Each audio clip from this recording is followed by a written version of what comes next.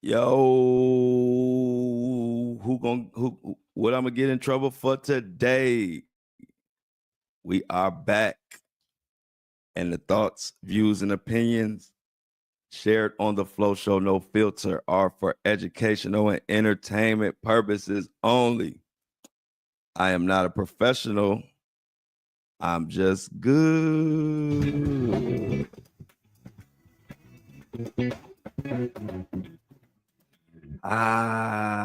Happy Taco Tuesday. Get your tacos ordered early. Find the best deals. Y'all know we love our Taco Tuesday. Shout out to everybody who is in the building. If you're listening on Apple, Spotify, and the other podcast platforms, what up? If you're watching me on YouTube Live right now on the YouTube channel, people have been inquiring about YouTube Live. It's my YouTube channel, same name, Flow Daddy Flow on YouTube. Go there, subscribe to the channel, and you can get access to the YouTube Live and kick it with us and the Breakfast Crew every Monday through Friday at 7:30 a.m. And then we also have our lunch crew show at 12 p.m. all Eastern Standard Time. I see everybody in the chat. Definitely, if you're listening on the audio side, we definitely would welcome you to come join us live on one of these days. You'll enjoy it. Everybody loves the lunch crew. The chat is always popping. Good vibes, good people, good day. What we got going on today? More Diddy and Jay-Z drama. It is never ending. I'm gonna go a little bit more into detail about what Jaguar Wright got going on with the her coming out to Cash Patel, and she's supposed to be telling him all about what's been going on with Clive Davis and the freakiness they've been involved in. Also, Jay-Z and Diddy more proof that they are wasn't seeing eye to eye for a long time. And I was one of the first people to call that out back in September. I did a post. I remember it went viral saying that I don't think Jay-Z and Diddy are on speaking terms, or that they're not Jay-Z is not fooling with Diddy. I did a post on that. It went viral back in September, and everybody was like telling me I didn't know what I was talking about. And as time went on, we got more and more proof that Jay-Z and Diddy are not in cahoots as far as this is concerned. And anybody that wouldn't realize that doesn't know Jay-Z or doesn't know anything about how they live. And once Diddy went down, I don't care how cool they were. Once Diddy went down, Jay-Z wasn't gonna fool with him. And I knew that just from common sense, but I also did some digging and got some information that Jay-Z and Diddy weren't really speaking. I just put it out there. And now we got more evidence that Jay-Z is throwing Diddy under the bus and making sure he come out smelling like roses, and he want to make sure Diddy smelling like poop. What are friends for, right? Back in the day, you just never know. I'm gonna go into that. Back in the day, how they were friends, and then this is what you get. But real quick, before I go any further, I want to make sure to anybody who subscribes, I appreciate you. But I've said this a million times, and I'm trying. Maybe if I say it more at the beginning of the show, more people will catch it.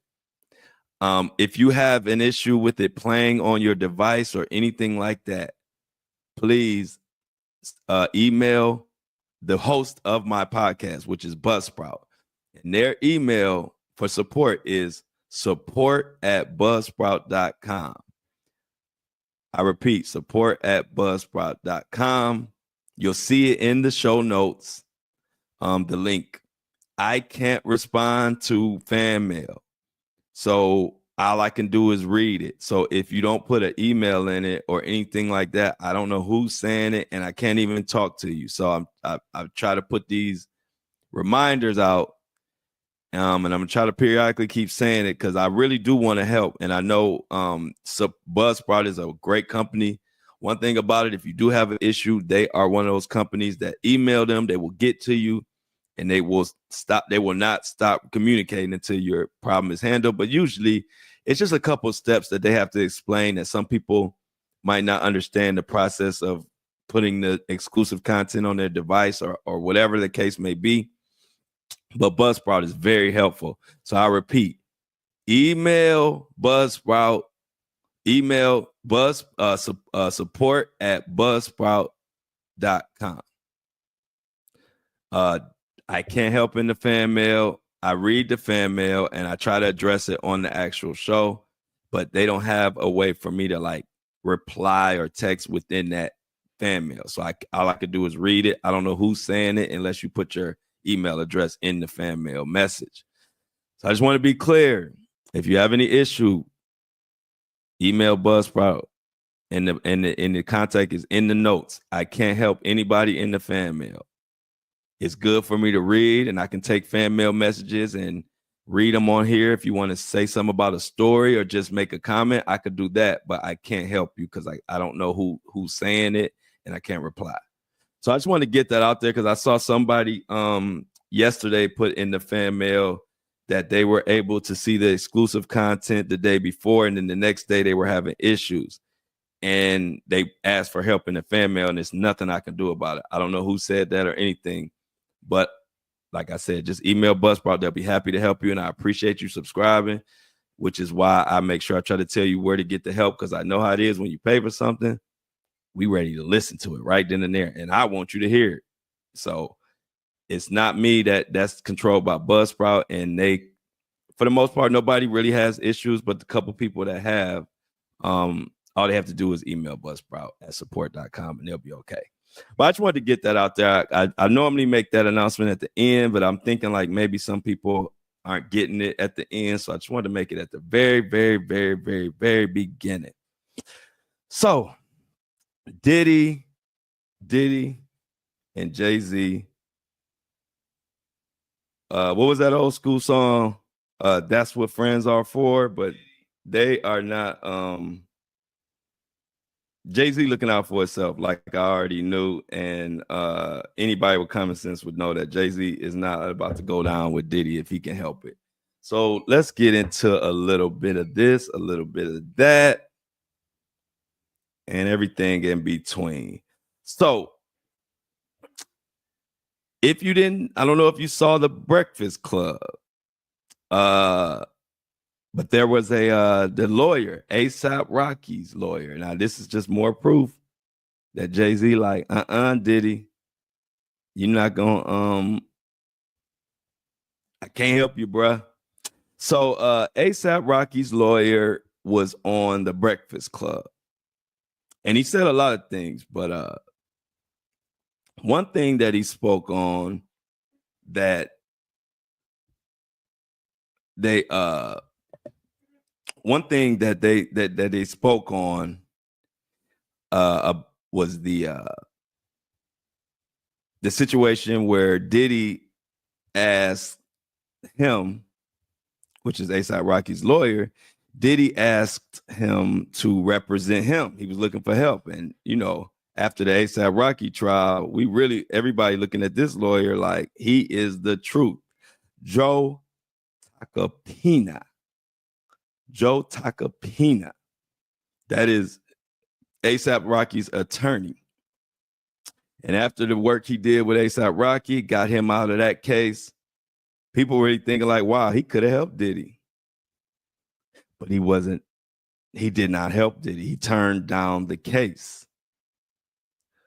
And why did he turn down the case? We're going to get into it in this article. And the reason why he turned down this case shows even more why is more proof that Jay-Z and Diddy are every man for themselves. So the article comes from Complex Magazine.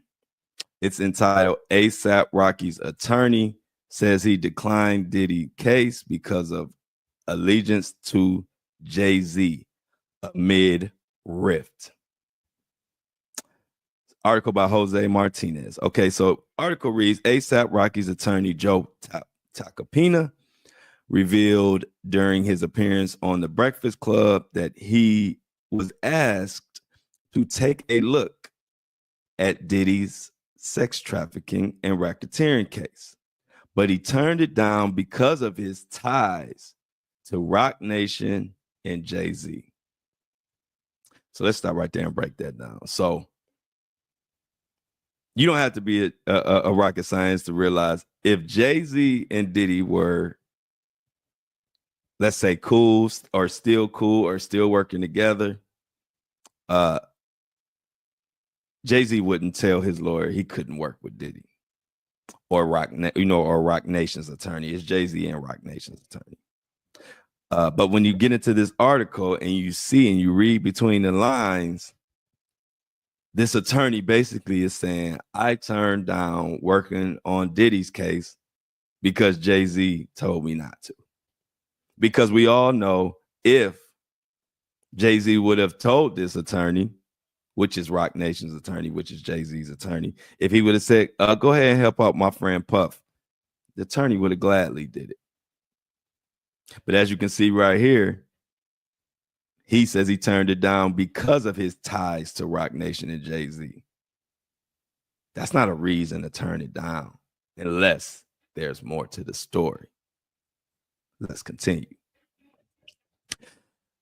He went on to say, I represent Roc Nation. A lot of people in ROC I'm very close with.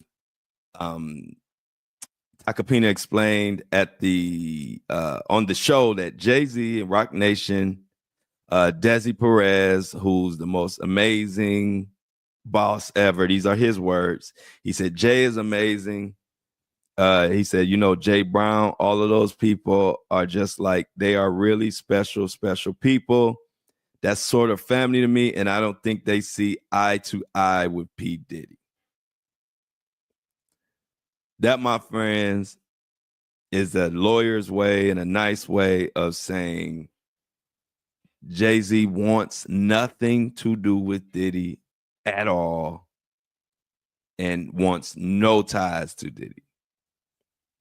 And I'm bringing this up because if you remember, and especially if you follow me on social media way back in September or November, early November, I did a story about Jay-Z looking out for himself and he not helping Diddy, and it's every man for themselves between those two. And I was so early on that take. This is at the time when everybody still thought Jay-Z and Diddy were cool and super cool or whatever.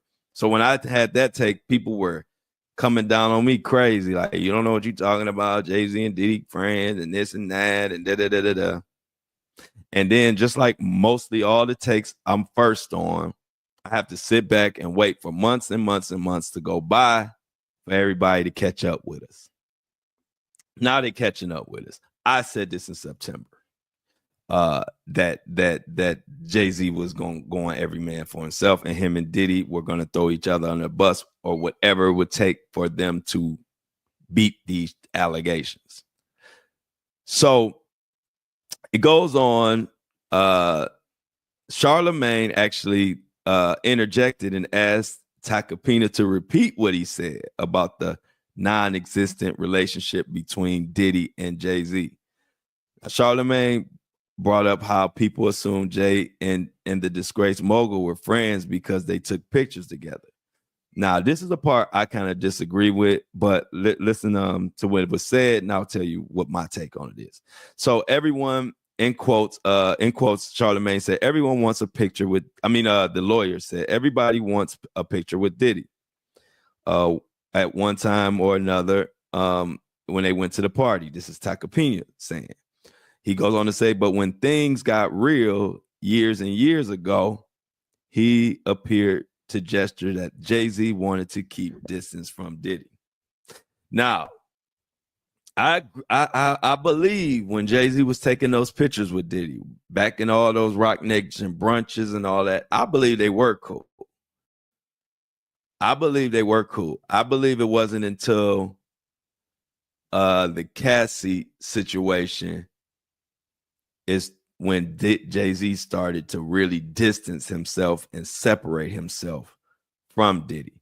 And it may have been a little bit before then, because Jay-Z probably, I'm sure, was reading the tea leaves, and he has access to information. Being a 2 to 3 times billionaire, I'm sure he has access to information that we might not have. And so he probably knew it was on the horizon. But I don't believe it's been years and years since Jay-Z started separating himself. I think he started separating himself maybe about a year ago, in my humble opinion. Tacopino, as you might know, he served as A$AP Rocky's attorney during the assault trial where the rapper was eventually found not guilty. Which was like, what was this? That was last week, right? Was it last week or was it the week before? I think it was last week. Following his acquittal, the lawyer said Rocky and Rihanna joked in the courtroom that they were going to name their next child A$AP Joe. So everything was peaches and cream in the A$AP Rocky, Rihanna, Rock Nation, lawyer world. And we can't say the same about Diddy. Tacopino said he and Rocky had 1 minute conversation before coming to a decision that they would reject a plea deal of 180 days behind bars. And A$AP Rocky was facing a maximum up to 24 years in prison if convicted. Now, we all know the outcome of that is he actually got off. He beat the case. And you have to have a lot of confidence in not only your innocence, because you can be innocent and still be convicted. We know that in this world. So it's not only just having confidence in that you're innocent. A$AP Rocky and Rihanna had to have confidence in this attorney. And he went on to win. And so you can see why Diddy would want this attorney. Diddy want to beat his case. And Diddy probably looking at his attorneys, even though he is the coach behind them, but he's probably looking at his attorneys like, my attorneys aren't good as Tacopina. Because if you look at the track records, if we take all of our opinions about what we feel about Jay-Z and all that, let's take that out of it. Let's just look at the attorneys. If we were to compare, let's say, Jay-Z's attorneys who handled the Tony Busby lawsuit, which he was entangled in with Diddy, the way Jay-Z's attorneys, they got that dismissed. However they did it, they got it dismissed. I don't know exactly if anything went on behind the scenes. Who knows? But the fact remains, they got that dismissed. Then you look at Tacopina, who represents Rock Nation, which is another Jay-Z attorney. A$AP Rocky there was a lot of circumstantial evidence and a lot of surveillance that could have pointed to a guilty verdict in some ways. I'm not saying he was guilty. I'm just saying the evidence could have easily been looked at 2 different ways. But that attorney, another Rock Nation / Jay-Z attorney, beat that. And then you look at Diddy's attorneys, and they over there looking like the amateur hour. And so whether you read this article or not, you're pretty sure that Diddy's looking at Tacopina and looking at all the Jay-Z's attorneys getting these cases dismissed, and he's sitting there scrambling and scraping and nothing's going well. Of course he wants the attorney. It wants Jay-Z's attorneys. But according to this attorney, Jay-Z said, hell no. Jay-Z said, no. You are not about to represent Diddy and get me all entangled in it. I'm trying to separate myself from Diddy. So I just thought that was very that was eye-opening because we had a lot of things before that went on that led us to believe that Jay-Z was saying screw Diddy. But screw Diddy, no Diddy, huh? But we see more and more. If Jay-Z, if you can't tell that Jay-Z saying screw Diddy at this point, ain't nothing else. I can't bring any more evidence. And so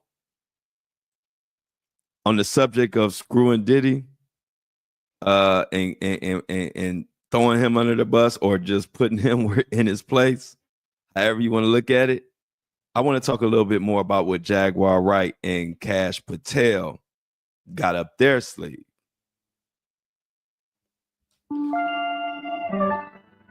I talked a little bit about it yesterday, but I really just brought it up to make you guys aware of it. I didn't really go into detail in the article, but I want to talk a little more about the situation and what's going on, because whether you agree with Jaguar Wright or not doesn't really matter, because at this point, she's in position to give information to basically the top of the FBI. And that can't be good for Diddy. Might not be good for Jay-Z, but we know for sure it ain't good for Diddy. So I said, let's break that down a little bit. This subject needs a little more attention than what I gave it yesterday. I just got another Buzzsprout email, fan mail. I hope they listen to this episode so they can get so Buzzsprout can take care of them. So this article was by Sports Skeeta, written by Marzia, and it's entitled "Jaguar Wright is planning to alert FBI Director Cash Patel of new information about Diddy and his mentor, Clive Davis." So before I get into that, I wanted you to hear it out of Jaguar's mouth. I actually wanted you guys to hear this yesterday, but we ran out of time. So let me pull it back up, and so we can hear her word. Here we go. This is Jaguar work to do. And after talking to my good friend Paperwork today, it looks like there's some things that I need to make sure that we alert Cash Patel's office about. We think it's of great concern. And I'm sure Mary Flynn would agree with me. She knows how dangerous Diddy can be, and with Clive Davis being at the heart of it all, I'm sure that makes it even more egregious. We got serious work. So that is that was Jaguar Wright speaking on her eventually meeting with Cash Patel, you know, the FBI director. So she's not playing, and this is probably the most exposure I've seen Clive Davis get as far as being behind a lot of this mess. He has been able to escape accountability, like pretty much totally. Nobody really talks about him. You don't hear much about him in the media, and he's been able to kind of just fly underneath the radar, when a lot of people are saying, well, if he's the mentor to one of the biggest quote unquote monsters right now, which is Diddy, I mean, some of the stuff that he's been accused of recently, I can't even say out loud. That's how crazy the Diddy situation is getting. And we're not paying any attention to his mentor. Well, now we are. So Jaguar Wright is planning to alert the FBI. So the video I just showed you, a video of Jaguar Wright claiming she had planned to alert FBI Director Cash Patel about new information regarding Sean Diddy Combs and his mentor, Clive Davis, has recently been making the rounds around X. That's the interview I just played for you. We all know Diddy is on trial, and this video was posted on X yesterday, or February 23rd, which would have been Sunday. She said she had plenty of work to do. Now, she brought up Mary Flynn, and it's unclear who Mary Flynn is. However, we do know who Clive Davis is. Clive Davis is one of the most prominent American record producers and A&Rs in history. He is also caught up in a lot of conspiracy theories and a lot of, should I say, people feel he has a lot of blood on his hands. All the way back to Whitney Houston, her passing the infamous note to Brandy with Clive right there. Many believed and many speculated that Whitney was about to write a tell-all book, and Whitney was also warning Brandy that she was in danger. To this day, Brandy says she would never say what was on that note. Well, Clive Davis, a lot of people looking at him and Ray J when it comes to Whitney Houston and all type of other mysterious situations. However, in 1994, he co-founded Bad Boy Records with Combs under a 50-50 partnership. A lot of people didn't know that.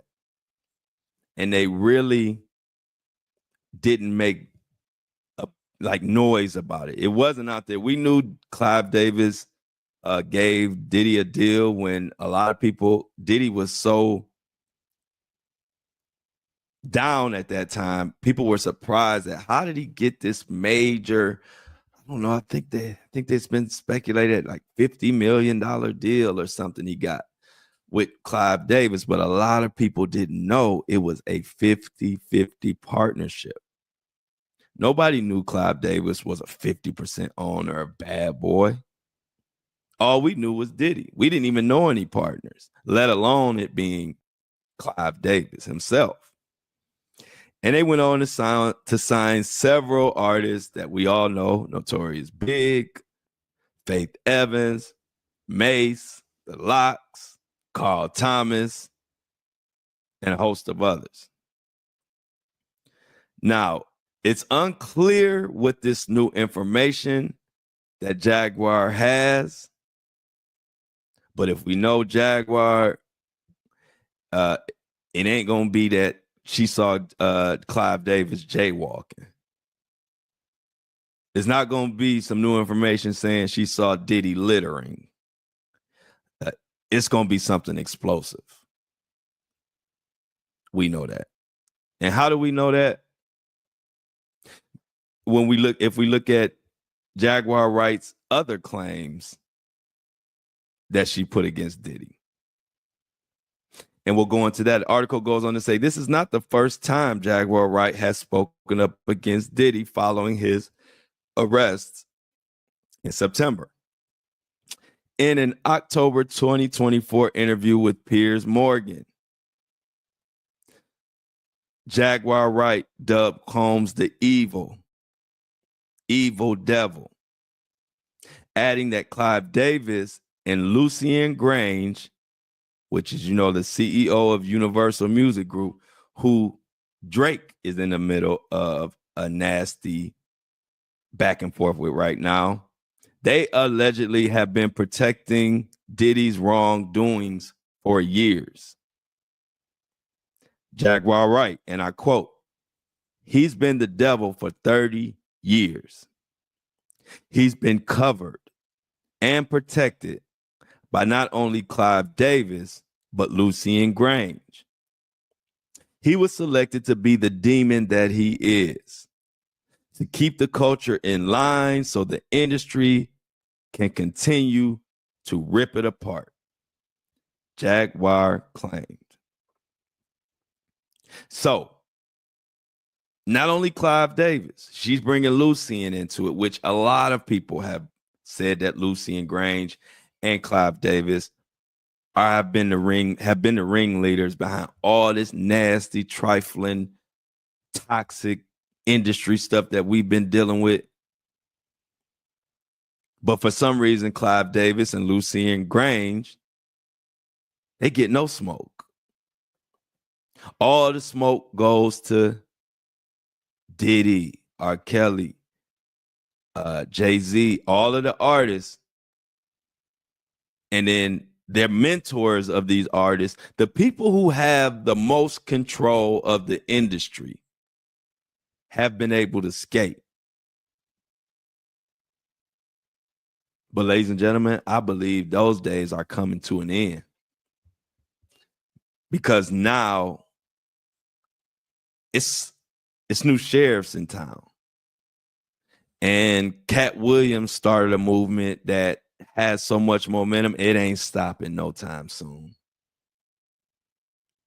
And now the bigger names who have been hiding and been able to skate, now y'all being brought up. So now we getting everybody.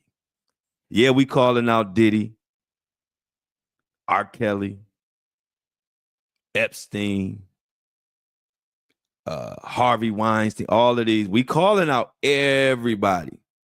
But the difference is now, not only are those people getting held accountable, but now we starting to call out the big dogs. The Clive Davises, the Lucien Granges, and there are more. It wasn't like that last year or the year before. There's no way Jaguar would have even had the chance to tell an FBI director about nothing about Clive Davis. It was a different time, but those times have changed. So, as we continue,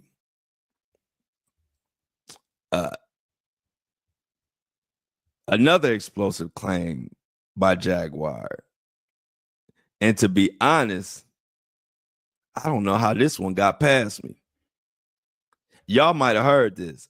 This next claim, don't ask me how, but I didn't hear about this. In that same interview, when she said that he was the demon that they all put in place for this, she claimed that Davis was Diddy's greatest teacher.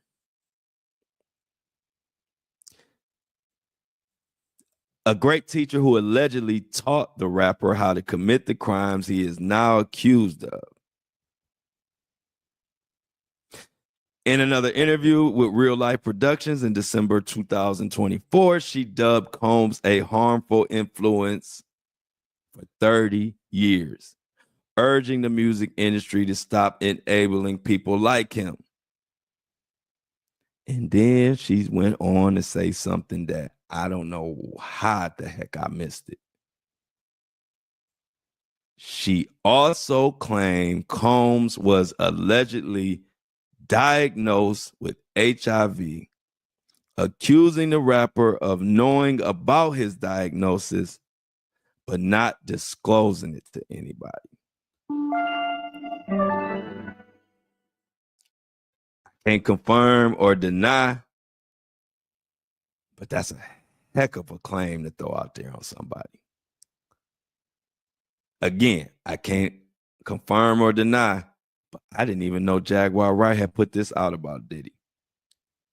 I didn't hear, I don't know where I was at or what I was doing, but I didn't even hear that she said he was diagnosed with HIV and didn't tell people. She went on to say P. Diddy had the opportunity like everybody else. You know what's wild about that? He didn't stop. He didn't stop doing what he was doing. And she went on to say how many dudes are running around undetectable because of Diddy. Wow. So then you add then the fact that Anthony Rico, Diddy's attorney, also quit around all this same time. Diddy is beyond cooked at this point.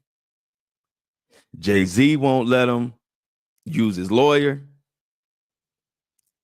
And like I said, we can say what we want to say about Jay-Z, but if we just speak on the facts, his attorneys are kicking behind compared to what Diddy's attorneys are doing. Diddy's attorneys look like high-priced public defenders to me. And like I said, that could be because they're listening to Diddy and not doing what they know best. But all I can say is the work that they're putting out. And the work they're putting out look like public defender work. And that's what Diddy get. Hey, look, I ain't feeling sorry for him. So as we move forward into the Enterprise letter is less than 2 weeks away, maybe even, like less than 2 weeks away. And the Enterprise letter is going to detail everything Diddy has been doing. It's going to detail how his business has operated illegally and who has helped them. They recently got access to the iCloud and all of Diddy's devices, which has opened up a whole nother can of worms,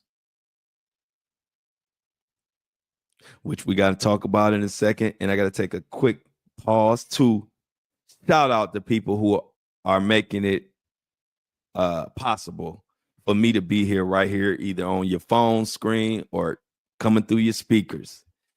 And who am I talking about? I'm talking about our most recent subscribers who understand that subscribing to this podcast and supporting this podcast is about preserving the truth and only the truth. If you don't get that, then you don't get this podcast, because that's what it's about. And like I've always told y'all, I'm not a salesman. I don't give you sales pitches. I've never been that type. I believe that my followers, my listeners, my supporters are very intelligent, and I can just explain to them what's going on. And I've been like that from the beginning. I don't sit up here and sales pitch you to subscribe to my channel. I tell you why, and why I tell you what I need and why. And why are the subscriptions important on this podcast? Because they allow me to speak up for us no matter what. Once you take and depend on corporate dollars, the truth gets blurry, because now, like I told you before, I can't call for a boycott on Walmart if I'm taking money from Walmart. I can't call for a boycott on Target if I'm taking money from Target. But guess what? If I'm supported by my people and only my people, I can call out anybody we want to call out. And that is my dream. I want to be able to call out whoever. I don't want anybody corporate money, because you might be on the chopping block next. So I don't want your money. We gonna rock and do our own movement. So I want to always make a big deal and shout out my subscribers every day, because it's bigger than a subscription. This is preserving the truth. This is people who listen and appreciate somebody who's putting their neck on the line and bringing us the truth. And we gonna support that guy, because the other people, they don't want to. But if they do support, they want me to change it up, not talk about this, not talk about that. And I ain't going for that. And the people who follow me and support don't go for it either. So let me shout those people out for keeping this podcast going. Delana G, she subscribed. Appreciate your $3 donation and subscribing to this podcast. You won't be upset or mad about it. You're gonna love it. Erica, thank you for the subscription, $3 subscription. Susan DeSandy, thank you for your $3 subscription. You will have access to all the exclusive content, plus support this page. And like I told y'all, I have exclusive access. I've been granted to the Diddy trial. the actual inside the courtroom. We will have a correspondent and everything. I will be able to tell y'all everything, even down to what the back of Diddy's head looked like. And that's going, and at that point, that's when the subscriptions are going to go up. And so I told everybody, all my day ones, make sure y'all subscribe now. And so you can get the subscription and be locked in. If you like me and you're trying to keep it tight, just get the $3 one. But I do want to special shout out two special people who actually gave more than the minimum $3. And number one is a person by the name of True. This person has been following me and supporting me since 2 years ago. This is really probably my first ever supporter in this game. And this supporter has seen me fight for my people all the time. And so the people who know me, they don't hesitate to support me because they know I fight. I got 500,000 followers. I could get corporate money from every corporation you can name to say I want to promote their products, but I know what that comes with. And if I got to sit in front of this mic and talk about fluff stuff and I can't bring the truth, I ain't going to want to do this. So I got to build my subscriptions because I'm not having no corporation tell me what I can say and can't say. So anyway, thanks for True. She actually, and then not only 3, she gave a $4 subscription. So True, round of applause for True. It was only $3 and you gave 4. That's what I'm talking about. Preserving the truth. That's all it's about. This ain't about just subscribing because I'm just looking for your money. I could get the money from big corporations today, but I already know what that come with, and I won't want to do this if that's the case. I won't. All I care about is being able to speak exactly what we want to speak about. I don't care about the money. You can't pay me $1 million if you're going to tell me what I can say. You can keep your $1 million. I'm good. Because there's value in being able to come on here and say what the hell we need to say. And last but not least, Romina. She is actually the subscriber of the day. She gave $5 subscription. So everybody clap it up in the chat for Romina.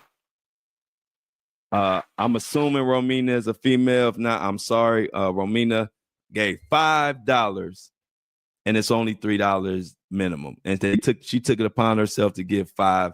That's somebody who gets it and understand that this subscribing to this podcast, this is our podcast. This is the people podcast. We want to preserve our word.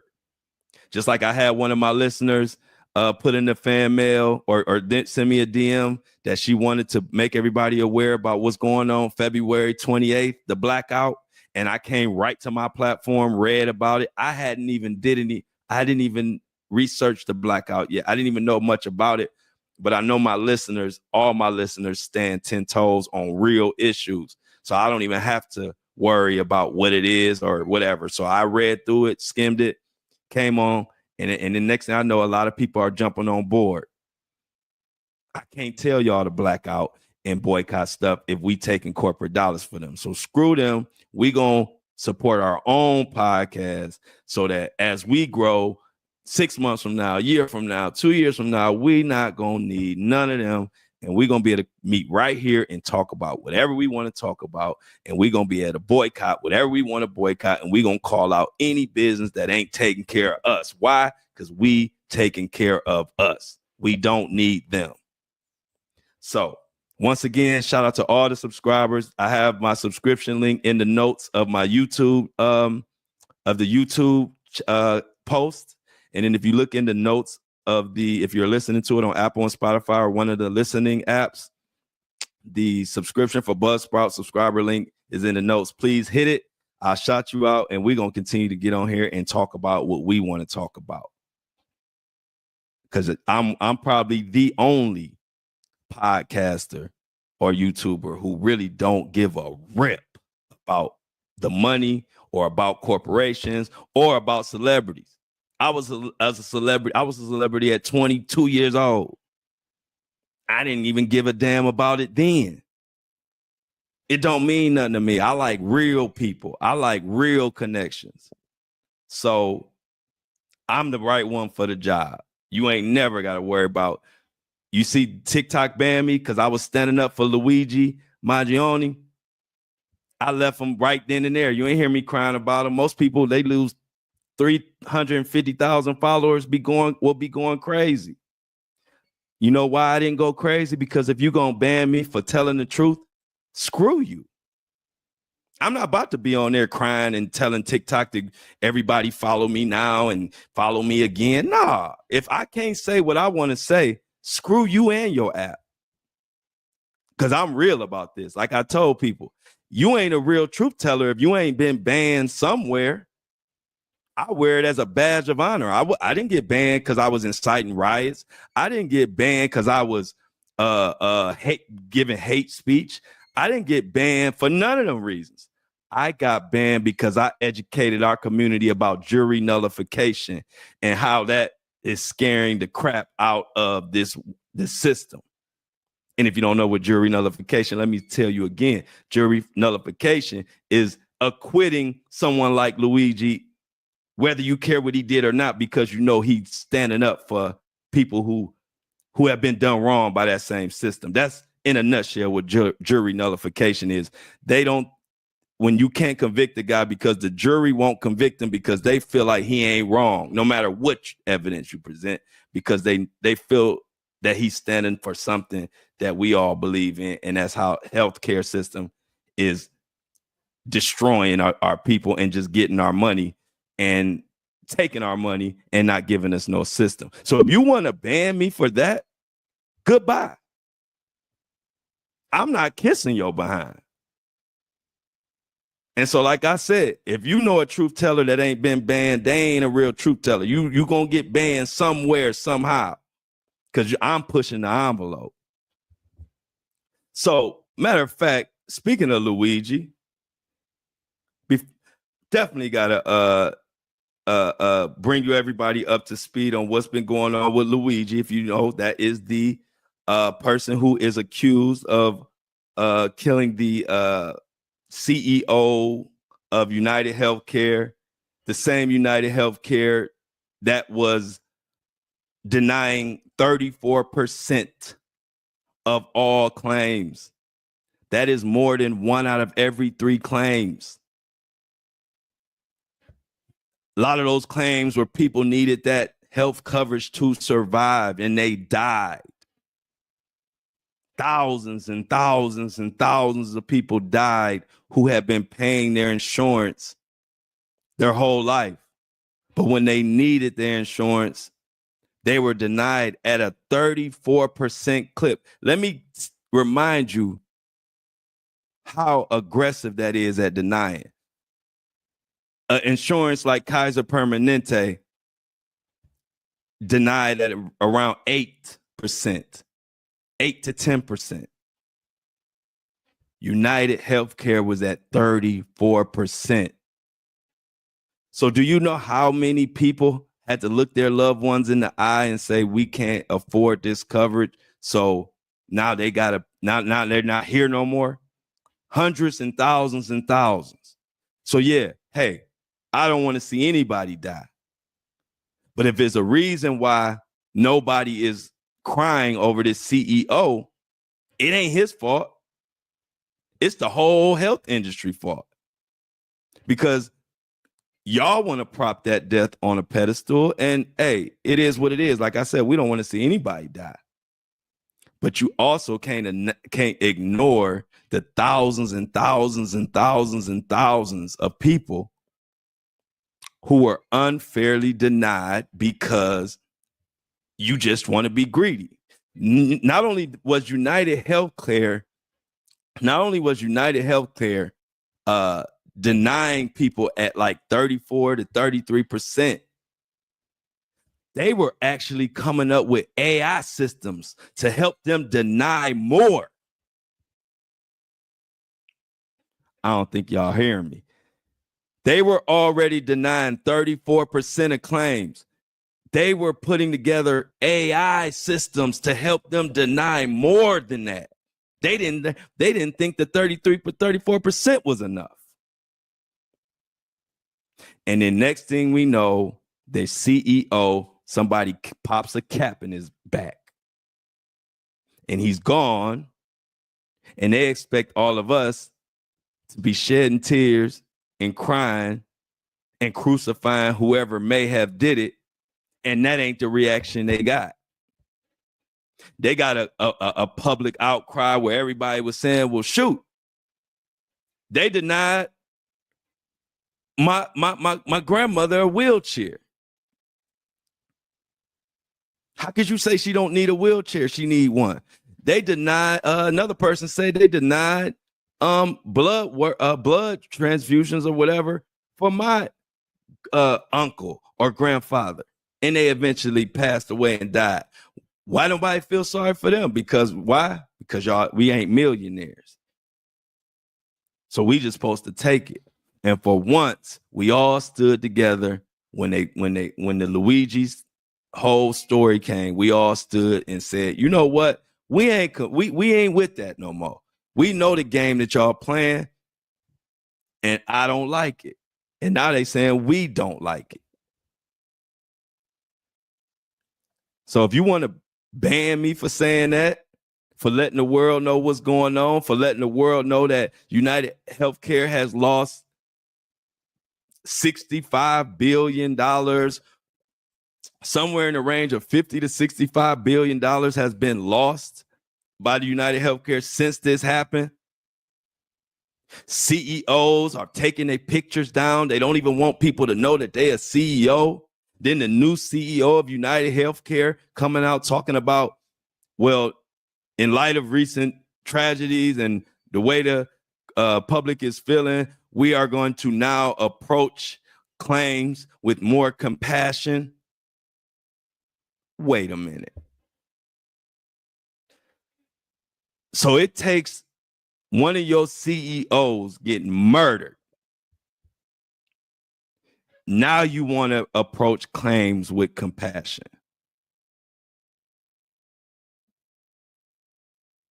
Y'all see this game they run? So why didn't you approach claims with compassion before? You just want to take our money until we say enough is enough, and then now you want to switch the narrative and try to suppress information. And even to the point of, did y'all know that Luigi Maggioni's attorney has still not been sent all the evidence that they have so that he can properly defend himself? I bet there's a large number of people listening to this that didn't know that. And you know why you ain't know it? Because they don't want you to know it. They're trying to do everything they can to fix this case because they want to set a precedent that we gonna continue to screw y'all over with these healthcare packages and healthcare claims and denying it. And we're gonna try to prosecute Luigi to the fullest extent, make it look as bad as we can, so don't nobody else want to step up. But it ain't working. It's too late. We already united. And I love it. I had four or five straight videos on Luigi before my account on TikTok got banned. I had 4 or 5 straight posts that were all hitting 1 million views, just educating people on what was going on. I wasn't telling anybody what you should do, what you shouldn't do. I was just giving the information. And so many people were rallying around me. You got to remember, when I posted about Luigi after everything had blew over, nobody was posting about it. My original post was, y'all, what happened to Luigi? Why is nobody talking about it no more? And I broke it down. That hit 1 million. Then I came back and told everybody about jury nullification. That hit 1 million. Then I went and said how Bill Maher was being sent to try to tear down Luigi's name in some comedic way. That hit 1 million. And by the time my 5th video came, I was scrolling on TikTok. I didn't have any violations. I had a perfect account. I was scrolling on TikTok and they said I was banned. And I said, all right, well, good. Because now instead of one show, I'm going to do 2 shows. And in those few hours I was spending doing all those damn TikTok videos, I said I can take those 2 hours and do another 2-hour show. And I could talk about Luigi in any other case and spread the word of what the hell going on for 2 hours now. Screw a 2-minute clip. I done graduated. Thanks, TikTok. Because my message still lives on. Because guess what? If you look in my chat, if you look in here, look in there, you're going to find my TikTok people. Because at the end of the day, the followers that count are the followers who really follow you and support you. And guess what? I might have had 300 and some thousand followers on TikTok when you look at the numbers. But the real followers is the one that's came over to YouTube or came over to Instagram or came over to Facebook. And them the only ones that matter anyway. So I ain't never sweated TikTok or what happened. It was a blessing in disguise. Because when I compare the value I get out of talking for 2 hours and going over these cases and talking to my lunch crew, talking to my morning crew, talking to my real ones, it don't even compare to me making 2-3 minute clips all day long on TikTok. Now, don't get me wrong. I miss the people because I always miss my people. But I don't miss no damn app or no system that don't want to hear the truth or want to try to suppress the truth. One thing about it, I don't have to tell y'all I'm the realest one in this podcast YouTube world because y'all know it. Y'all see it. They see it. Other podcasters, other YouTubers, they see it. Because I proved it.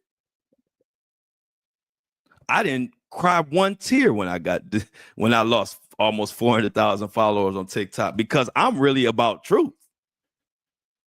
So if you ban me or do anything or get mad at me, and this don't go for just TikTok, this go for the people on Instagram, people on Facebook, anybody that got something to say, anybody mad at me for telling my truth can kick rocks with flip-flops.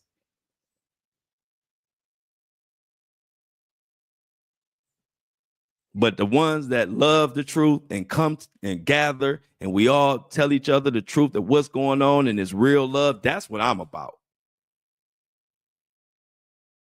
I'm not about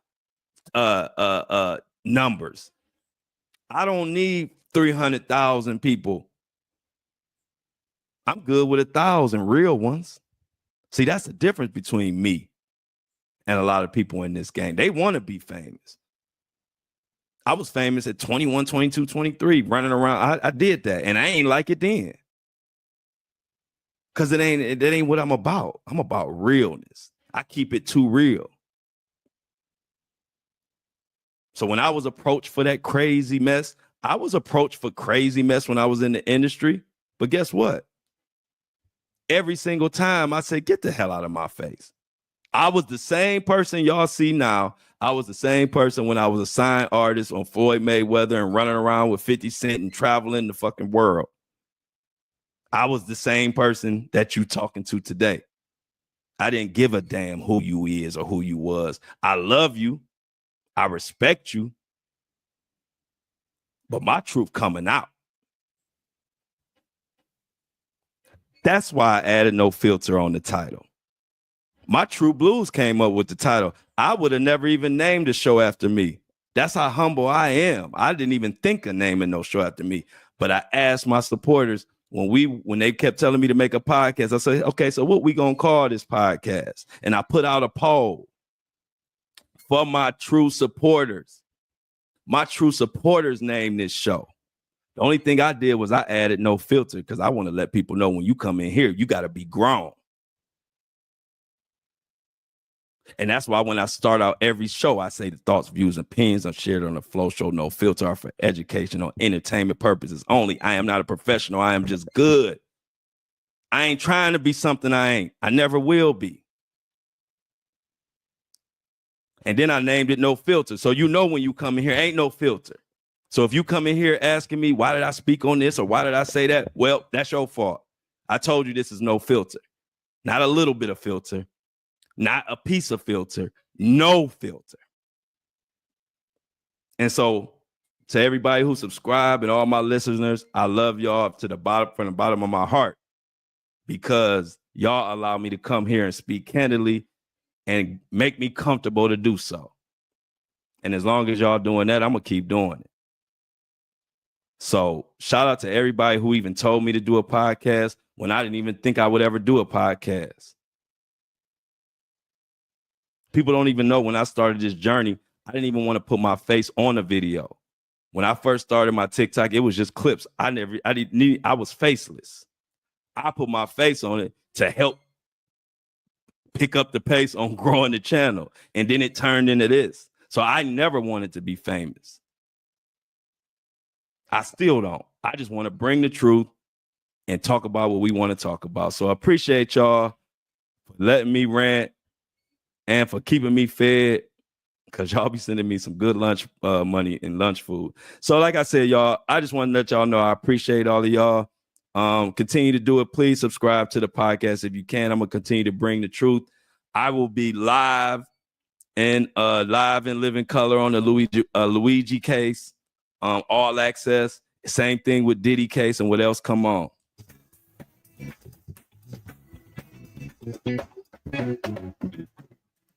As always, I love y'all, and I'm out.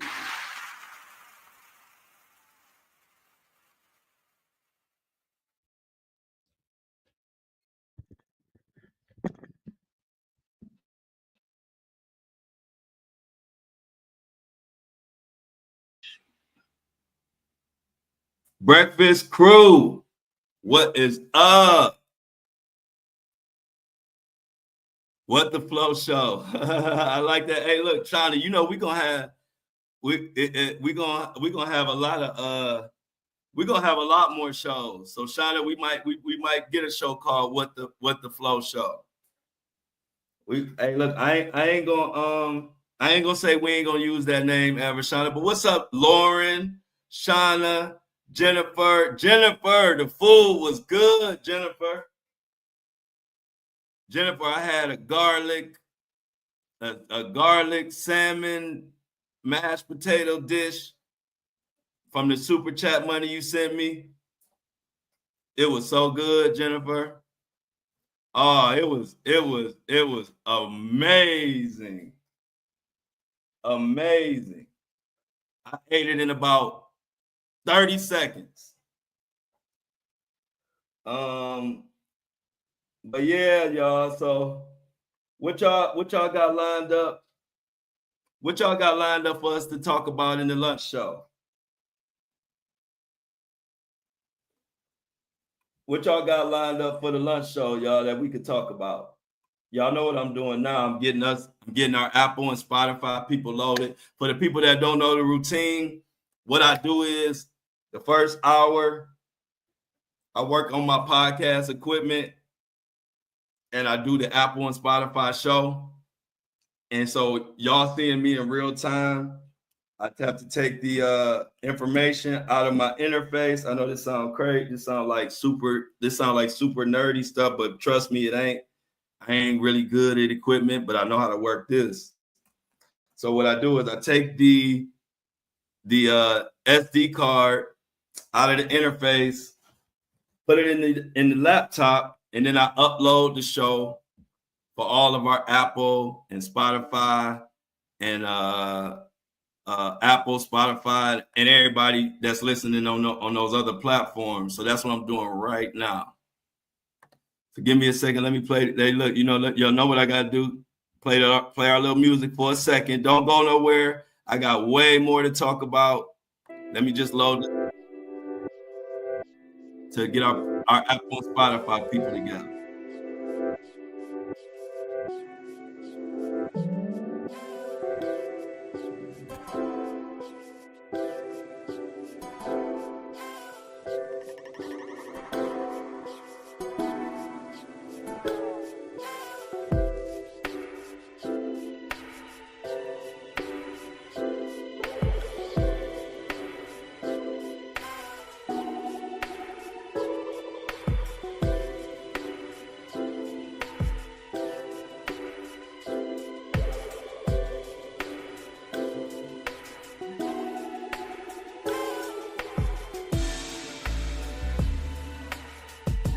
And we're back.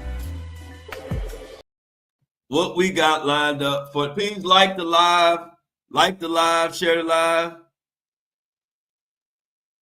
like the show. If you want to subscribe to the podcast for exclusive content and to support the podcast, the Buzzsprout link is in my notes of the YouTube page, and I think it's in the notes of Facebook. Also, if you listen to the show on Apple and Spotify, it's in the show notes on your phone on the podcast app. What's up, Amy? Larry Johnson, what's up? We got a Facebooker in here. Everybody, say hello to Larry Johnson. He's one of my Facebook followers. Everybody, welcome him to the morning crew, the breakfast crew. Get your Flo Pacino, and everybody say what's up to Larry Johnson. Show him the love. Show him the love, and it ain't nothing but love in our breakfast crew, bro. We get here, we tackle the news, we get straight to the truth, and we spread love.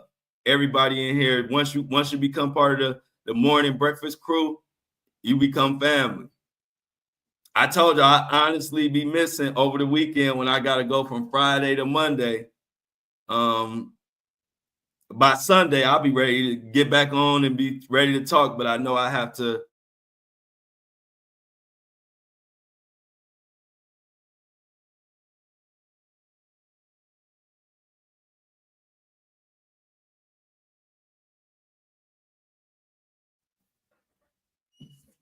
What y'all got lined up for the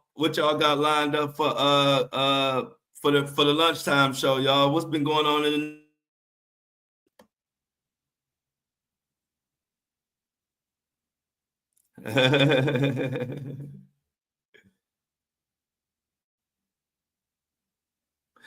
Oh, sweet. Look at Jessica. Everybody say what's up to Jessica. Jessica says she's been flowing with me on social media, but I keep catching your lives and I like it too, Jessica. Everybody say what's up to Jessica. Our breakfast crew is getting bigger and bigger today, and we all appreciate it. We all appreciate it. We love our breakfast crew. Nothing like we get to come together.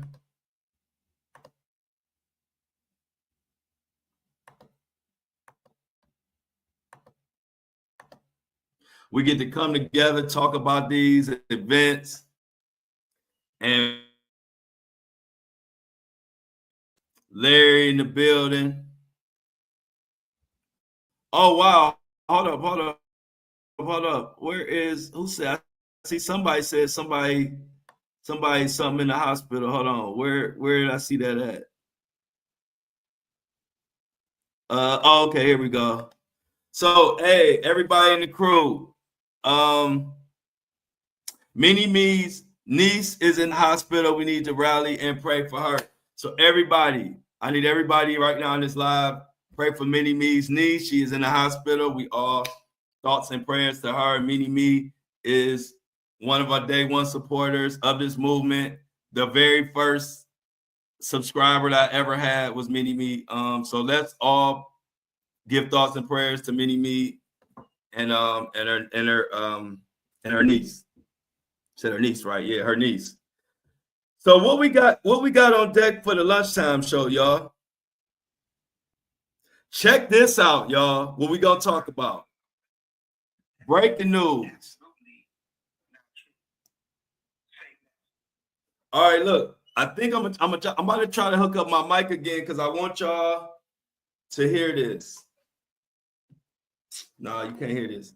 I don't think y'all gonna be able to hear this. But anyway, check this out, y'all. Breaking news. Suge Knight says Snoop Dogg is secretly trying to bail out Keefy D because he's talking too much about Tupac's murder. Did y'all hear that? And I wish I didn't unhook my equipment because I don't know if I hook it up if it might mess it up. But Suge Knight he's on the Art of Dialogue, and he said, "Yeah, we want to hear it." I'll have it. Let me try. Well, let me see. We'll put it like this. I'll have it set up for us in the lunchtime show, Amy, where we can listen to it. Because not right now. Right now, the audio show is uploading, so I don't want to throw it off. But I'll paraphrase it for now. But basically, Suge Knight, who's already said that Snoop Dogg was in the middle of that Diddy, Tupac killing, whatever. Again, Suge Knight is saying Snoop Dogg is secretly trying to bail out Keefe D. Keefe D is in jail right now for the murder of Tupac, and everybody know he's been telling on Diddy, possibly even implicating Snoop. And Suge Knight says Snoop has been busting his butt trying to get Keefe D out. So let's pay attention to what's going on there. Yeah, so they already moved the trial back. Y'all know it's something going on behind the scenes. Y'all know it's something going on behind the scenes. So Keefe D, Snoop Dogg about to be looking at Snoop Dogg, y'all. They about to be looking at Snoop Dogg. We've been talking about that. Matter of fact, y'all been in the chat talking about Snoop Dogg having something to do with it even more than me. I got to give y'all credit on that one. Y'all been saying that Snoop Dogg hands ain't clean. Oh, Choke No Joke got the tea. Prayers for you and the family, mini me. But Choke, I gotta check out my boy Choke No Joke. You know, that's my boy. I'm gonna go check out Choke No Joke so I can report it. What's up, Michelle? Yeah, Michelle. Yeah, Michelle. That's why Snoop riding the DJ trains real hard. Yeah. Snoop Dogg. Hey, look. And see, that's why I always take what my followers and listeners say and put it in my mind. I don't shut down anybody. Y'all was saying that Snoop wasn't clean even before I started looking at Snoop hard. Y'all wasn't cutting Snoop no slack.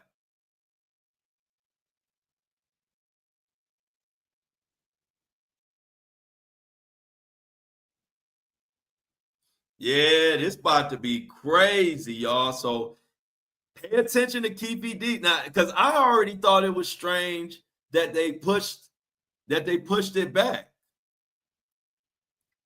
I always thought it was strange that they pushed it back. I'm like, why would they push the trial back? This trial's from 30 years ago. What you need more time for? Snoop Dogg made a U-turn real quick, Michelle says. You ain't never lied.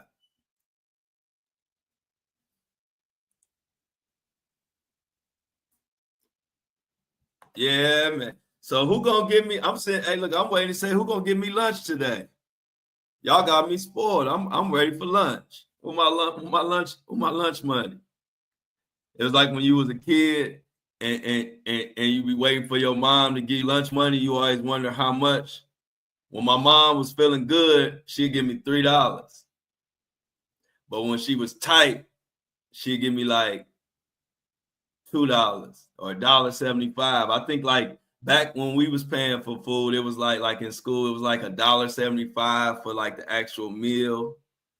And then it was like if you had parents, if your mom could give you, if you had parents that could give you any little extra money, they'd throw a little dollar on top of it, and then you could get something out the vending machine.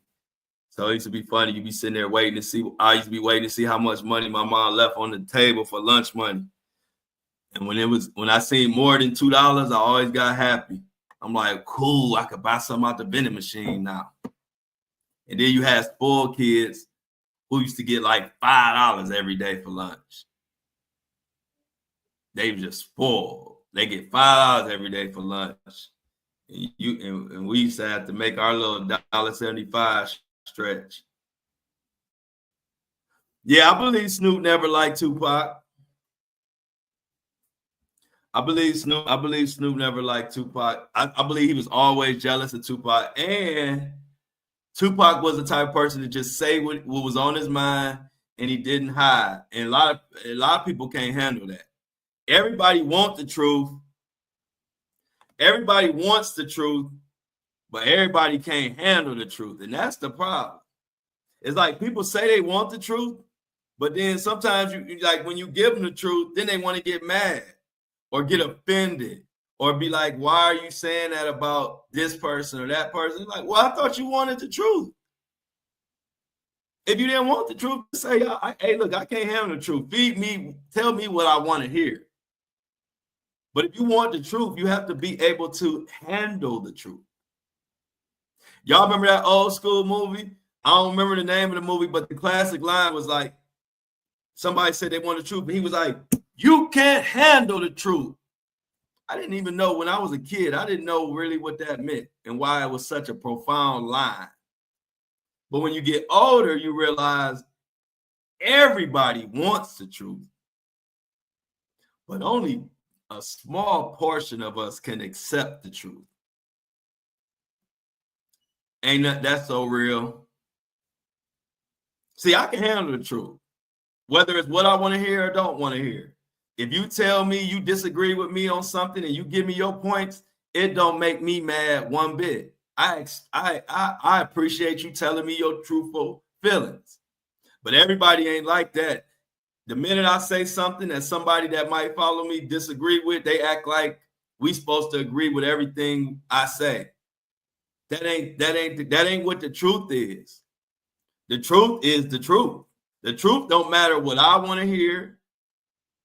The truth, it don't matter what you want to hear, what I want to hear, what your mama want to hear, your daddy, what your kids want to hear. The truth don't never change. So you got to be able to accept the truth first. Don't ask for the truth if you can't accept the truth. I can accept the truth. Can you? Biggie was the money train for Diddy for sure. Diddy,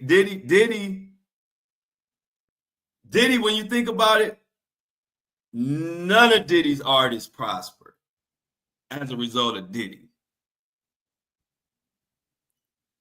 Every artist Diddy had left in shambles. Biggie left in shambles. God rest his soul. Mace left in shambles. 112 left in shambles. Black Rob left in shambles. G-Dep left in shambles. I don't know what happened to Faith. Lil' Kim ain't been the same. And Lil' Kim, you don't see her standing up for Diddy. So at the end of the day, Diddy has been an opportunist. Diddy been a devilish freak.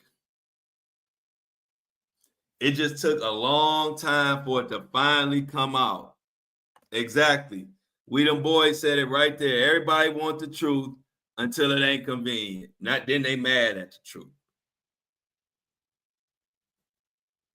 Oh, wouldn't that Dreamer got some tea for us? Hold on, that Dreamer.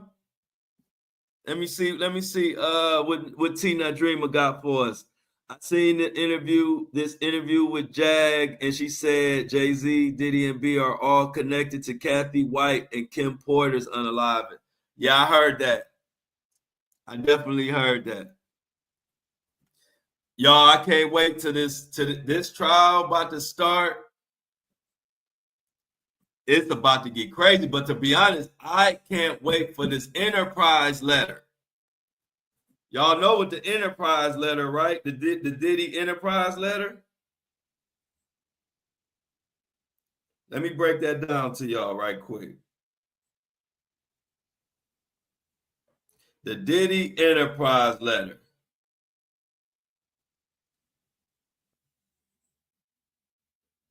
The Diddy Enterprise letter. The Diddy Enterprise letter is going to show a summary of events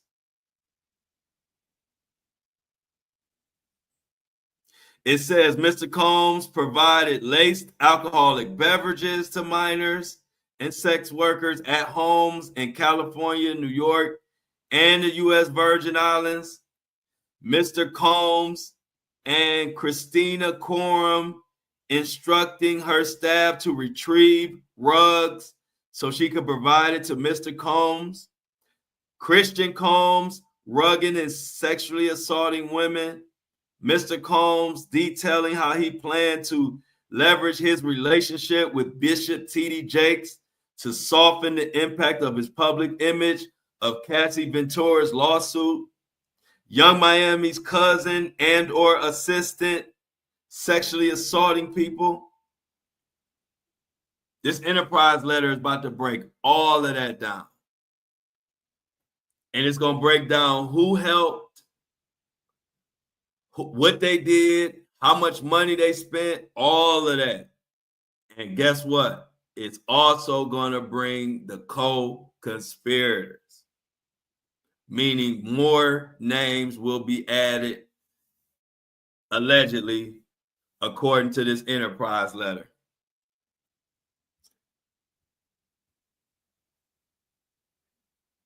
Larry Reed, I got to check that out. Hey, y'all, everybody say bye to Jennifer.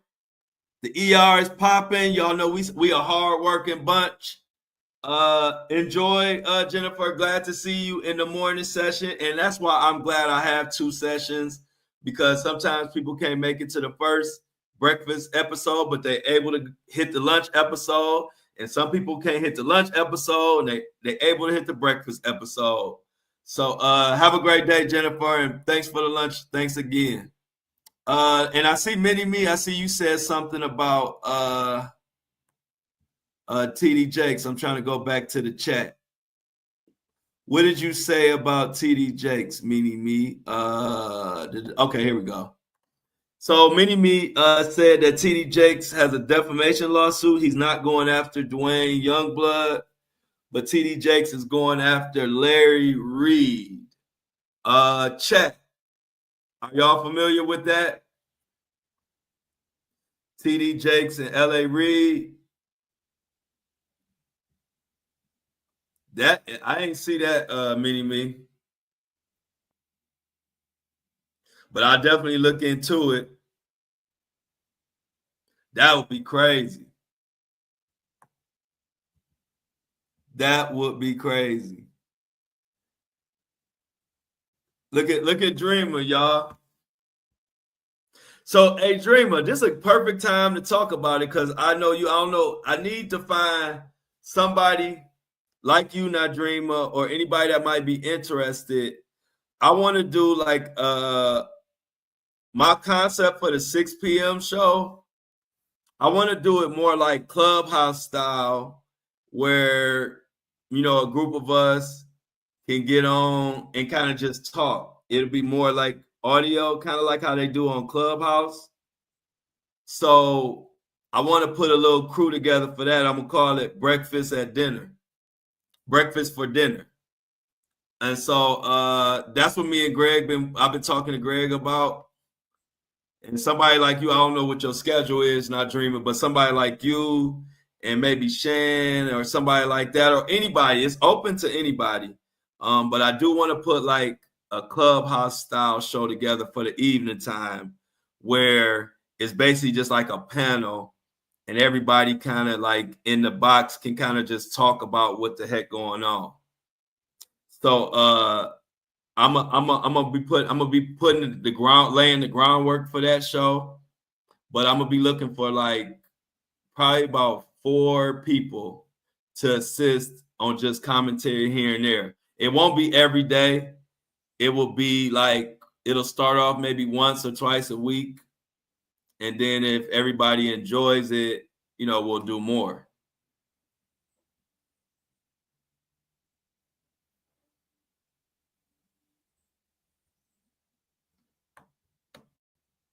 We talk about the news here. I don't know what Natasha's talking about, but if you want to talk about Diddy or what's going on in the news, okay, Mini-Me, you want to be a part of it? Okay, Mini-Me, I'm glad. I will I will reach out. I will. I think. Oh yeah, I got your email address, Mini Me. And we talk on Instagram. So I'll reach out to you on Instagram, and maybe you can help put it together. So I need Mini Me and probably like 3 other people. Okay. All right, Lauren. So we got 2. So we got Lauren and Mini Me so far. Perfect. So Lauren, aren't you Tiffany on Facebook or something? Because I always call you Lauren because of your name on here. But I think when you reach out to me, oh, do I already have a house? No, I don't. No, I don't already have a house. I don't already have a house, but what I want to do, hold on, the Clubhouse. I'm trying to bring that concept to the YouTube channel though. I don't want to do it on Clubhouse, Natasha. But I would still be interested in getting a house on Clubhouse, and doing something. But my vision is to bring it to YouTube. So I'm open to ideas, but maybe we have a house on Clubhouse and we'll do it on YouTube. I don't know, but I want to bring it to YouTube because nobody really doing it on YouTube. Not really. And I think YouTube is a good platform for that type of show where everybody kind of get to talk in the evening, and you know what I mean? So we'll definitely put that together. But I think, Natasha, I'll look into. Okay, here we go. I'll look into that. Why not have guest spots for the Clubhouse? Why not have guest spots for the Clubhouse? What you mean by that, Amy?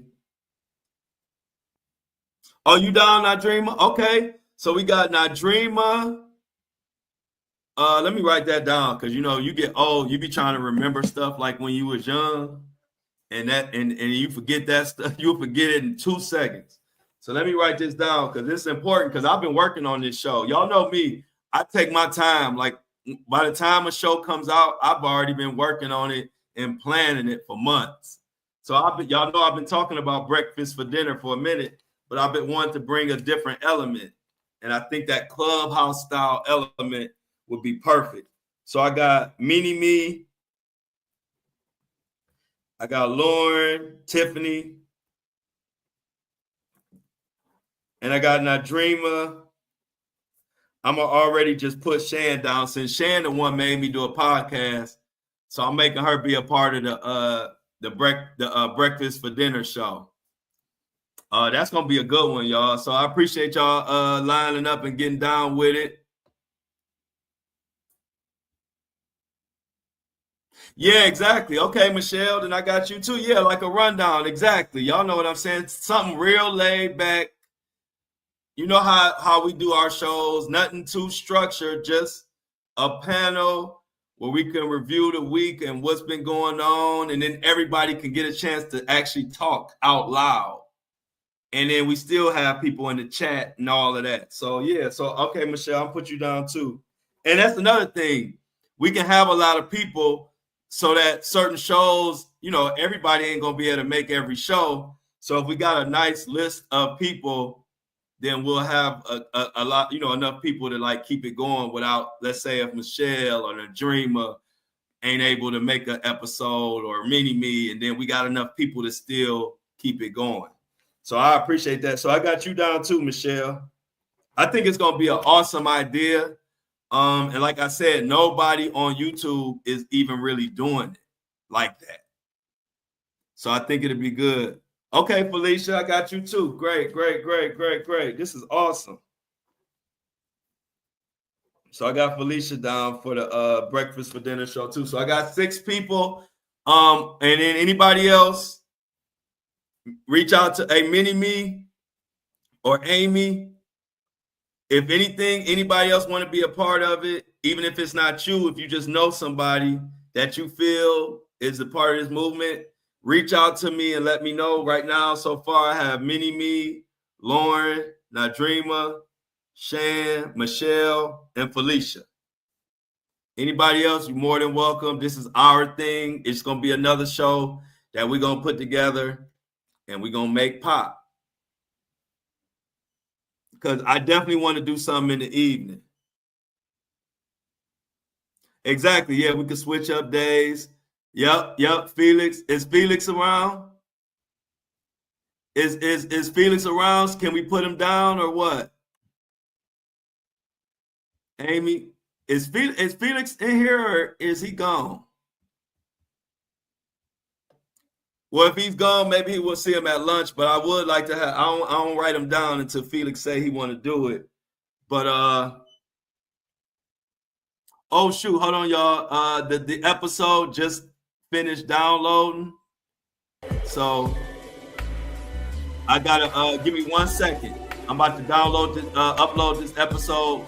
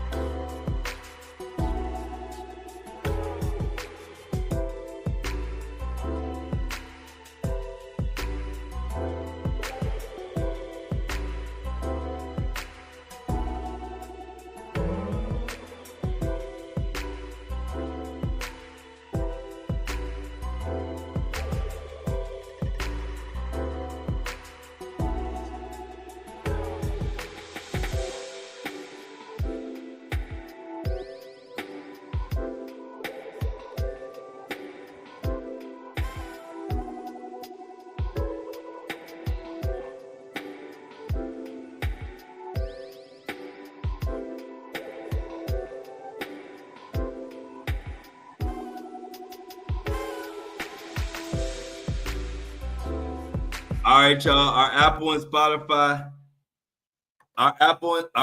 Spotify listeners are ready to go. We just uploaded our show, our early morning podcast show. We just uploaded it. It is officially on Apple and Spotify and everywhere in between. So y'all know what we do. What did I miss in the chat? Y'all had some good ideas. What did I miss? Oh yeah, you know Shan already in. What Amy had a good idea. What good idea did Amy have?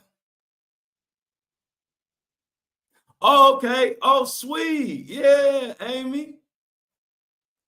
Amy said she can't wait to put the faces to the names. Yeah, we definitely about to do it. I'm glad that y'all are down to do it with me and Greg.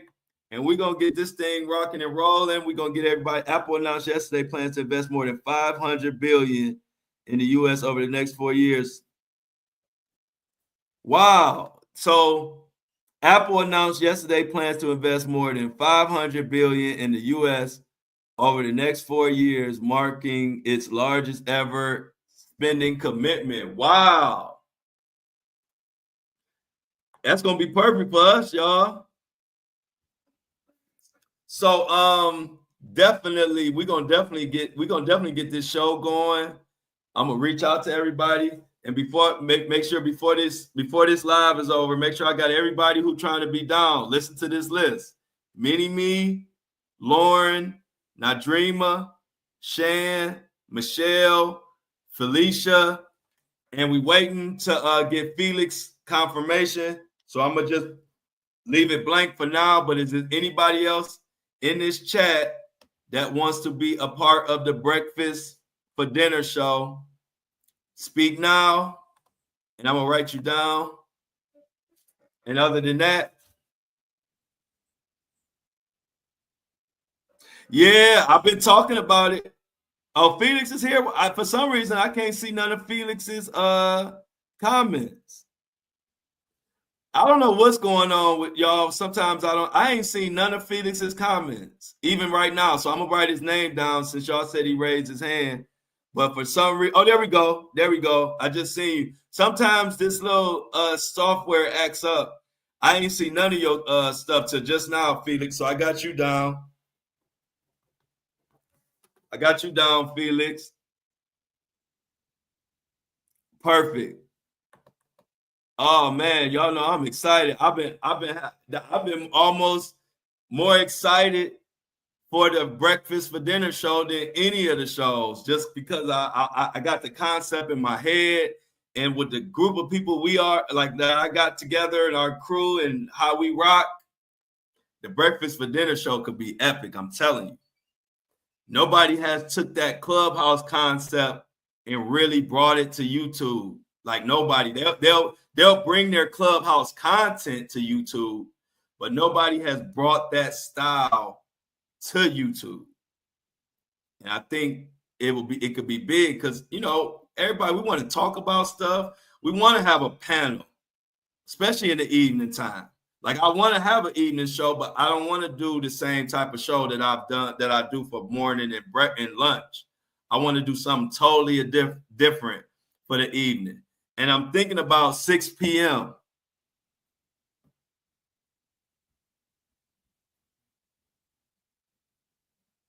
Oh, sweet. Yeah. Hey, let's be thankful that Michelle was able to go enjoy her concert, the New Edition concert, and make it back safe and sound with no issues on the plane.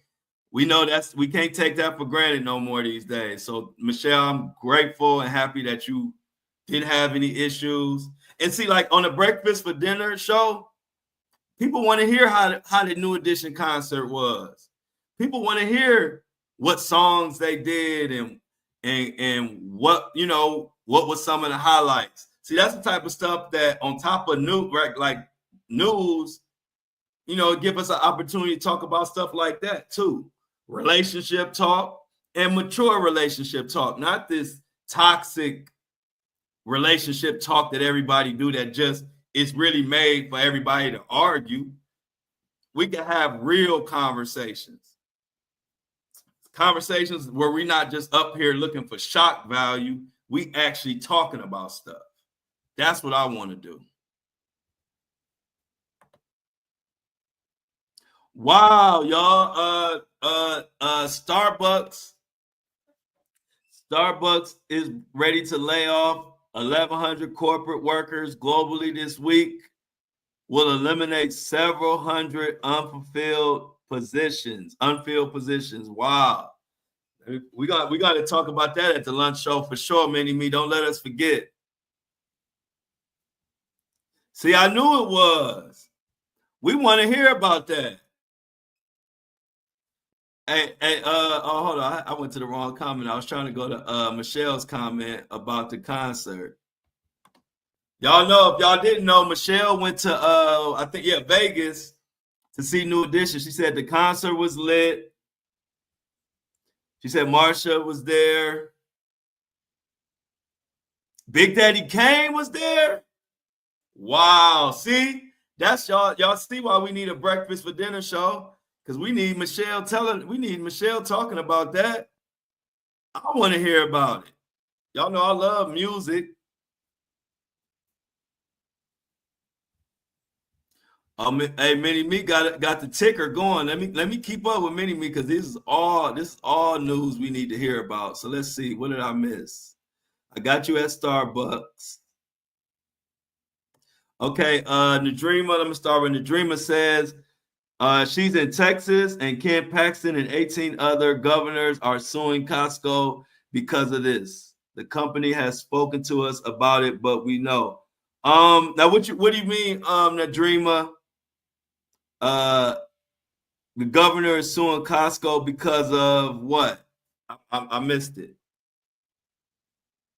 Let me know what you're talking about. I know. Okay, and then Mini-Me right here says federal judge temporarily bars Department of Government Efficiency from accessing sensitive data from the Education Department and Office of Personnel Management related to plaintiffs. Wow.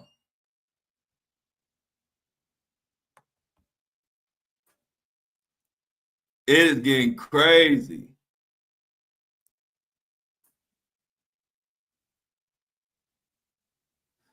Who is suing Dodge? So is that the WHO organization is suing the Doge? Is that what you're saying? Oh, DEI. Okay, so now I can go back to what that dreamer said. I think Michelle just answered the question. I think she's talking about the DEI.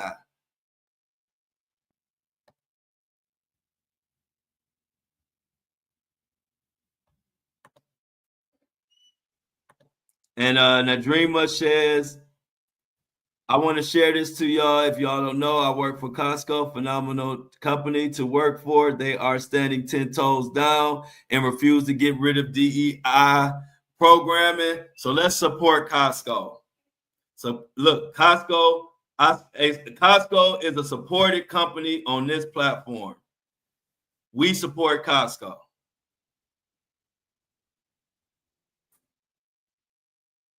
Yeah, we are going to support Costco, Nadreema. I will make sure that I let everybody know on my platforms that Costco is standing 10 toes with DEI. And so for that, the best way we can show our appreciation for any company that's standing 10 on that, best way we can show our appreciation is by supporting that business. So I'm in full support of Costco for sure.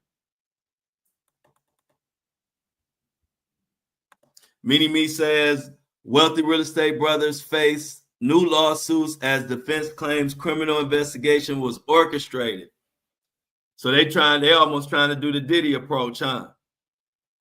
Everybody trying to use the Diddy approach to try to get out these nasty allegations. But it ain't gonna work. And I like it. And I like it. Shout out to Michelle, Nadreema. Look at it, Michelle. Look at our crew. Michelle said she getting her membership back with Costco this weekend. Let's get it. Yeah, that was that's kind of been news floating around, but yep, Mookie. Diddy's lawyer, Diddy lawyer, it's a guy named last name Rico, quit on him. He said he cannot go forward. There are a lot of speculation. Some people saying it's because of some new charges or new evidence that shows Diddy is involved in like witchcraft, blood sacrifice type stuff. That's one rumor. Also, we have the rumor where, which is the one I also believe too, that Diddy is only listening and only working with the lawyers that are doing everything he wants to do. So the lawyer that left, he didn't even have access to talk to Diddy no more. The guy Rico, his name is Rico, the lawyer, he said that he would have to talk to Diddy through the other attorneys. So he had to get out of there.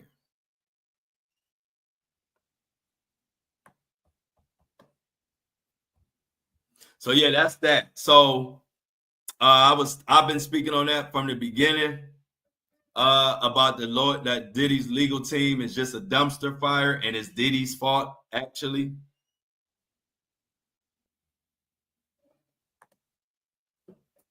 I'm gonna check out Tisa on that. I did hear people saying that Rico was fed. I wouldn't doubt it. Like he represented Osama bin Laden, so who knows what he is. But if he was fed, and at the same time people saying Diddy was fed, I kind of don't know what to do with that information. I have to do some more digging because a lot of people say Diddy a fed. So I want to look into it. You know, I love Tisa Tell, so I'm definitely going to check her out and see what she said about it. But I wouldn't doubt it. I definitely wouldn't doubt it. Like I said, they said Diddy was a fed.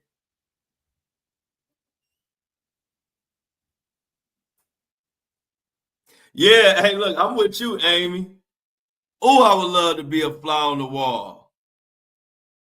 Oh, I would love to be a fly on the wall and hear what them attorneys saying, man. Hey, look, if I could be a fly on the wall and then bring the information to y'all, that would be clutch. I would be a fly on the wall and I would come straight back to this. I would come straight back to this platform, and y'all know me. I'll be like, listen to what was going on. I would love to be a fly on the wall and know what the heck they talking about, because you know it's drama.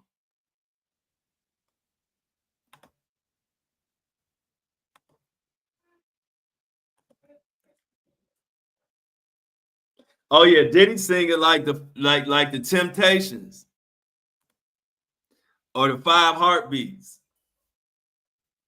Diddy is back there singing, singing, singing. Oh yeah, we the boys. Oh yeah, access granted. Access granted. Hey, look, they gonna be mad at me.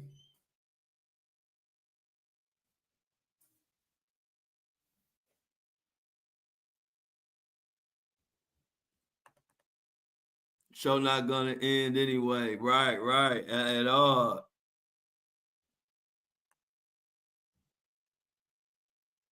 Oh yeah, we about to. Hey, look, we about to.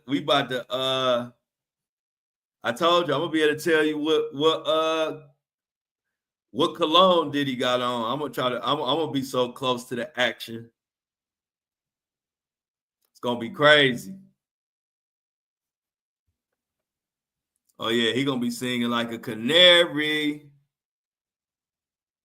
Okay, shout out to G Money back in the building. G Money, if you missed it, we putting together our panel for our show that we working on called the Breakfast for Dinner. It's gonna be it's gonna be a spinoff from the Flow Show No Filter shows, and we have a panel right now. The panel right now is Mini Me, Lauren, Nadrima, Shan, Michelle, Felicia, and Felix. So if you or anybody else is interested, I just wanted to let you know, no pressure. You don't have to. It's just for anybody who is interested to come on in the evening show. And like, we're going to have a panel. It'll be all audio. So unless people want to show their face, to me, you don't have to show your face. It could be like kind of like how Greg do it, where it be a bunch of bubbles. But like I said, if you want to show your face, that's up to you. But I just want to have a panel of people talking about what's going on in these cases, real life stuff, everything. Kind of like what we do, but just to another level, because now it's going to be a panel, and this show would air probably at like 6 p.m. Eastern Standard Time. Something like that. 6, no later than 7. I think 7 p.m. will be the latest. I probably would like to have it at 6 p.m., but I would get with y'all and see kind of what time between 5 p.m. and 8 p.m. would y'all like to do it. It don't matter to me, because it's going to be a show like Mini Me and the panel more or less going to run it more than me. So I want to reach out to y'all and see what time slot y'all would like in between 5 p.m. Eastern Standard Time or 8 p.m. or any time in between, what time y'all would want to do. So we'll figure that out. But I just want to let you know, G Monet, what's going on, what we've been talking about, what you missed when you popped out. Okay, that's good. That's good, G Money. Even if you can't talk too much or whatever, you can still help out the panel in other ways. So I'll put you down for sure. All right, got you. So we got G Monique too. All right, so that's good. We got it good. I think we got room for 2 more slots. So we'll take 2 more slots, whether it's on this show or maybe on the lunchtime show. Somebody will want to get down. But like I said, we got 2 more slots available, and anybody that's a part of this movement is welcome. Like I told y'all from the beginning, this is the people's platform. I'm just the representative of the whole movement flow, but this is our platform that we want to continue to build, continue to recruit people, and build it so we can continue to talk about the stuff that we want to talk about. And we want to be able to call out these businesses, call out these companies, call out these individuals, And if we got our own movement and our own independence, we don't never have to worry. We can say whatever the hell we want to say. And that's the whole point behind these shows. And of course, on top of that, we get to bond and meet cool people and do cool things with cool people. So that's been my whole vision behind it. It is coming to fruition faster than I ever thought. Shout out to TikTok for banning me, because I would have never been going this route this fast, and I would never change it. Like I wouldn't. I love what TikTok did for me. I appreciate it, and I will be back. But when I be back, it'll just be more as a hobby, more as my leisure, and I'm gonna still be saying whatever I want to say. And if they want to ban me when I come back, so be it. I'll just keep coming back. But I think I'm gonna make my presence back known on TikTok probably like April 1st. I'll probably announce and get back on TikTok April Fool's Day. That's my plan. So yeah, appreciate it. What Michelle talking about? Oh, she talking about the go check out Tisa for sure. Tisa Tells probably one of the only other people that I really like listen to and follow her work and follow her YouTube. Red Note. Oh, I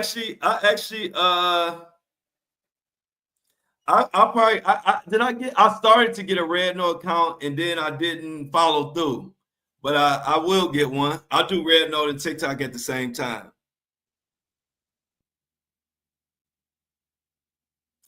Wow, I didn't see that. Mini Me says that Putin offers Russian and Ukrainian rare minerals to U.S. We might get into that at lunchtime too. Tisa Tells.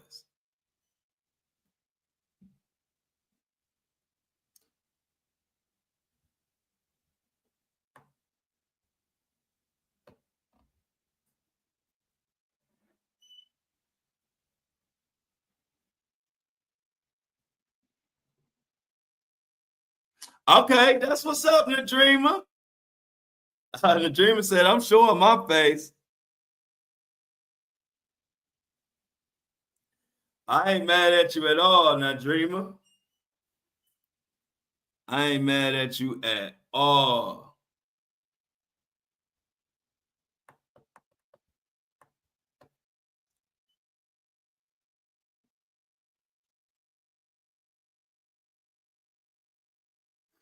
Oh. All right, yeah, I'll let you know if we do the Red Note. If we migrate to Red Note, I'll definitely let everybody know. But yeah, so we got the lunchtime show coming up. Many subjects. I'm gonna continue to put the notes together for the show. Please like the live, share the live, whatever. So y'all check me out. I'm gonna finish getting everything together. If y'all want to send me some stuff for the lunchtime show, y'all know y'all can send it to me on social media or anywhere. I know that's gonna be crazy. I'll be able to keep a straight face. Because I'm gonna be so focused on taking notes, because they said you gotta take old school notes. They say you can't take no phone, so I'm gonna be in there like this.